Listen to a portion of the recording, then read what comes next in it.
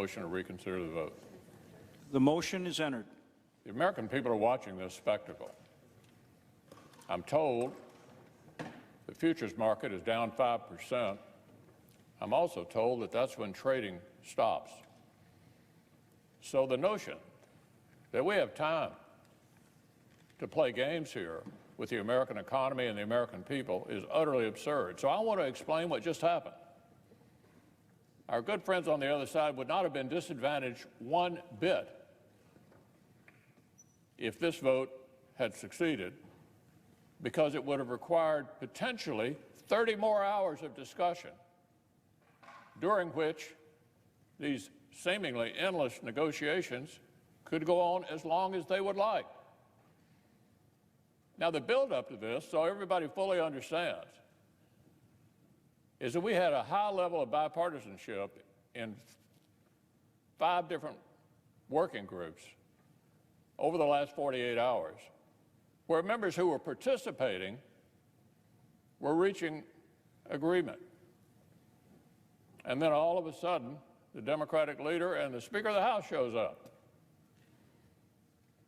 And we're back to square one.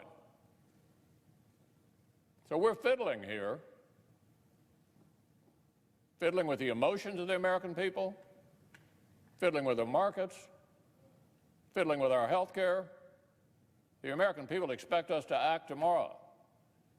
And I want everybody to fully understand, if we aren't able to act tomorrow, it'll be because of our colleagues on the other side continuing to dicker when the country expects us to come together and address this problem.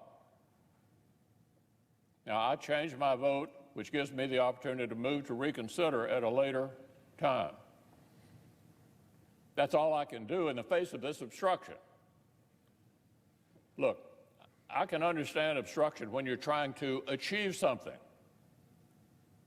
This obstruction achieves nothing, nothing whatsoever, other than prevent us from getting into a position where there are literally 30 more hours that they could use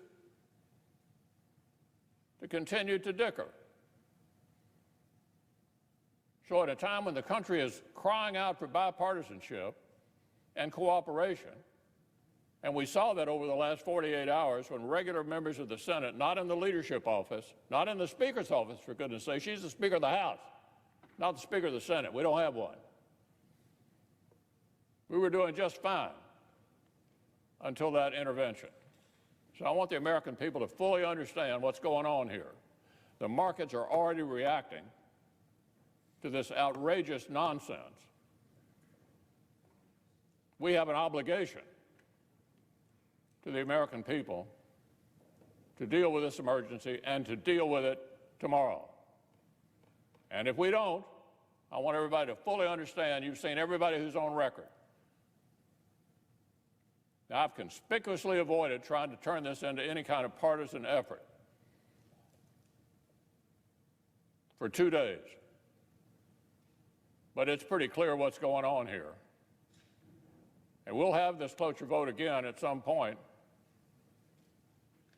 of my choosing. And hopefully, some adults will show up on the other side of the room and understand the gravity of the situation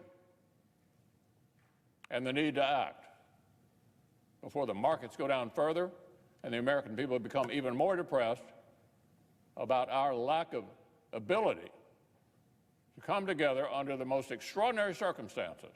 We've never been confronted with anything like this before. It's totally different. And we're not immune to it in terms of the public health risks. Coronavirus has hit the Senate today as well. We have 5 members in self-quarantine.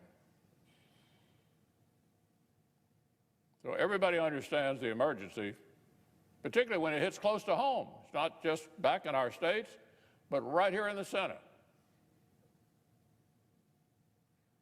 So I would say to my colleagues on the other side of the aisle, step up. Step up. Help us reach an agreement so we can do what needs to be done for the American people, no later than tomorrow.